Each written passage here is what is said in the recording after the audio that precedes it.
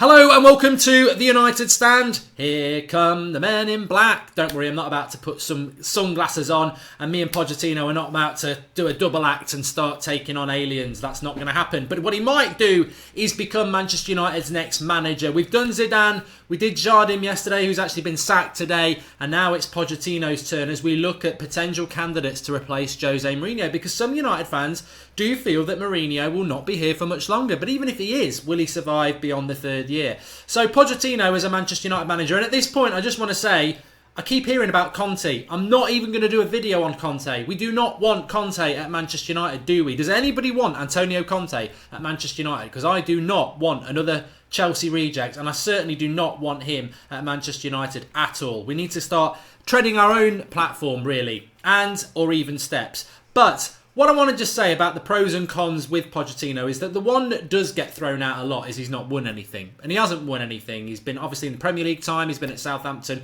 and Spurs, and there has been occasions, I suppose, where they've bottled it. I mean, I go back to the Juventus game back in March, wasn't it, in the Champions League, where they should have won that game, and for a 20-minute period, Juventus, with all their experience, basically schooled Spurs at Wembley, because Spurs had done very well in Turin and they got knocked out. And I think that's something, that is a question that gets thrown at Pochettino quite a lot, and it's a very big one. It's probably the biggest con about having Pochettino at Manchester United. Is he a bottler?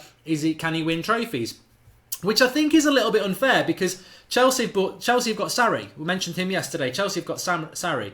Emery at Arsenal. Okay, he's won Europa Leagues, but the reality is, I don't really think it's that big a deal. I don't think it's that big a deal. Of course, it's that there's better candidates, it's a big deal, but I don't think it's a massive deal, because you've got to look at it in context of what he's done. Would you expect him to win anything at Southampton? Maybe a League Cup, but so what if you don't? Would you expect him to win anything at Spurs? I mean, they got close a couple of times in the league. I think when Leicester won it, they should have won it that year. Chelsea won it. I thought they were the better team. And yeah, they did fall away because of lack of experience in winning a major trophy. But I've actually been impressed by the improvement of Spurs under Pochettino. I think they were always a bottler. I think back to Spurs, they always used to miss out on the top four. Pochettino has got them consistently into the top four, which is something that they used to miss out on quite a lot. So yeah, obviously they're still not quite there as title winners or anything like that, but I certainly think he's improved them. And let's not forget as well, he does do it with an arm behind his back. I mean, he's got Daniel Levy, they've moved to a new stadium, they've spent no money in the summer, and yet he's expected to get top four. When Liverpool have spent money, when City have spent money, when Chelsea have spent money, when Arsenal have spent money, and United have spent money. So Spurs are the only team to not spend any money, and he is almost expected that they will get top four, and I think they probably will. And that's the second con, really. I don't mind about the not winning things, because I look at Pochettino and I look at some of the positive things he's done. And when you look at what he did at Southampton, he sort of had a 4-2-3-1 formation, which he's took with him to Spurs, but he's evolved it into a sort of 3-4-2-1, with his fullbacks becoming sort of midfielders that provide the width, and his back three, but he does go back to the 4-2-3-1 as well. He presses, and he said this himself, I don't press in the way that Liverpool press. Liverpool is more of a midfield press, whereas my team presses to the goalkeeper of the opposition. And so there are differences there, but he does like to press. It's an aggressive press. He likes a well-structured defence. He likes an athletic and strong midfield, and a direct, fast attack, which is obviously, again, a bit like Jardim, a bit like Zidane. It's very, very different to what we used to under Mourinho, and there would be a marked improvement with that. But he has taken that sort of philosophy with him through from Southampton to Spurs, and obviously at Espanyol before that.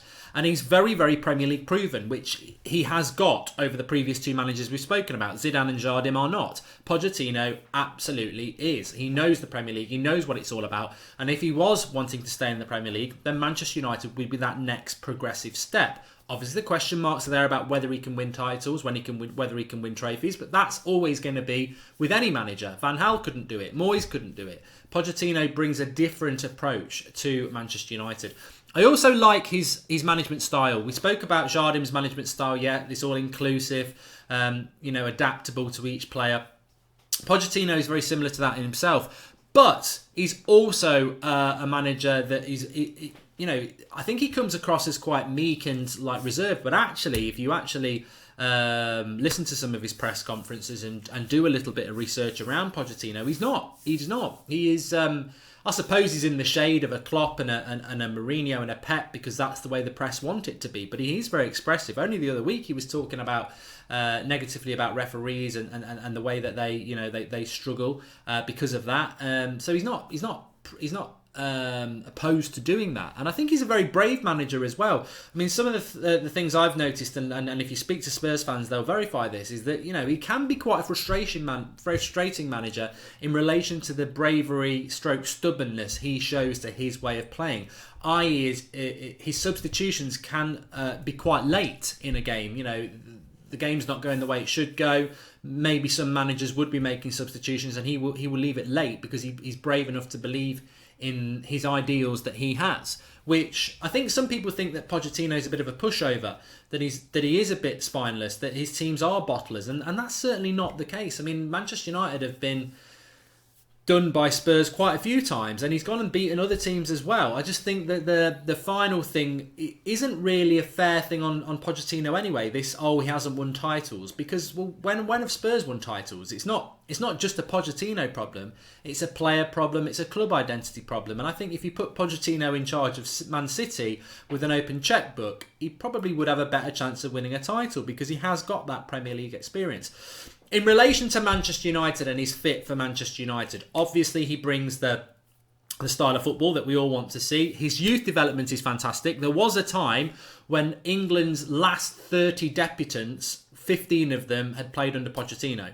At Southampton, Luke Shaw, Lallana, lots of youth players there. At Spurs, lots of youth players used there. He likes to do that. He's brave enough to do that. Obviously, the attacking football, the defensive organisation. I mean, one thing I've always noticed about Spurs, and I don't know whether you lot have as well, is that when we were talking about Mourinho's United over the last 2 years, certainly not this season, and we're talking about the best defence in the league, often I would refer to Spurs and go, you know what? United have got a very good defence, but I think that's about the way Mourinho sets the team up pragmatically and gets men behind the ball, and he doesn't commit men forward. So we're a well-organised defensive team. De Gea apart, I think Spurs have got a better back four than Manchester United. They've got Vertonghen, they've got Alderweireld, they've got Davinson Sanchez, they've got Ben Davies, they've got Trippier, they've got really good, Danny Rose and Aurier as well. They've got a very, very good, apart from the goalkeeper, Lloris is not better than De Gea, but Manchester United's defence can't really touch Spurs' back four.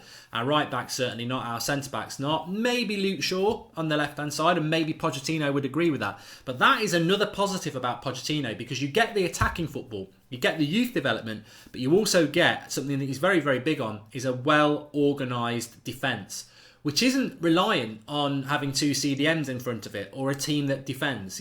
Spurs do attack, which makes their defence even better than ours, because they achieve better things than ours. They're well organised, they get loads of clean sheets, but also they defend as a back four because the attackers will attack. So that's a real positive with Pochettino as well, that often doesn't get noticed because they are an attacking team. They do score a lot of goals, but defensively they are very, very good as well. So that is a positive. But so that would fit with Manchester United. Obviously, we would like that because all good teams need to have a good defence. The issue with Pochettino in relation to replacing Mourinho at United is, I think you've got to accept that if you want Pochettino as your manager of Manchester United, you're going to have to put up with Mourinho for the rest of this season. I don't see a situation where Pochettino comes to Manchester United unless it's in a summer, and maybe even next summer might be too soon, but I certainly don't think if Mourinho, let's say, was sacked before Christmas, I don't think United can go and get Pochettino out of Spurs. I don't think he's that sort of person. I forget what he did at Southampton. I think he might have gone in the summer, but I don't think we could go and take him from Spurs, especially considering Spurs will probably be ahead of us in the league. They've got a better team than us. I mean, it has happened in the past. People will look at a project and go, that's just too big to turn down. It's a massive club despite the situation it's in. But with Daniel Levy involved as well, I don't think United can get Pochettino from Spurs until the summer. And even if we did try and get him in the summer, I think it'd be very expensive as well. So maybe, I'm enjoying doing this series because for me, Zidane is the man I would go for. But actually, speaking about these, we're only on option 3, and and with every option, I sort of see the good and obviously the bad as well. But I look at Pochettino and I think, you know what? He would be very, very good for Manchester United because he's the Premier League proven, because of the attacking football, because of the youth, because of the defensive organisation, which I don't really think you get with Jardim and Zidane. The Premier League proven as well. He'd be great. But out of those three, he's definitely the hardest to get so far because Jardim is now free, Zidane is free, and Pochettino would be, you know, I tell you what, we'd need to get Nicolas Cage and Sean Connery, I think, and do The Rock. Get them off the rock from Alcatraz. So yeah, I think it'd be very hard to get Pochettino out of Spurs. That's the problem, because I think in many ways he'd probably be the perfect candidate. Anyway, give us your comments below. Please do drop a like on the video if you're enjoying the series. You can watch the Jardim one, you can watch the Zidane one. They're only meant to be short videos, pros and cons. Pochettino, have you changed your mind?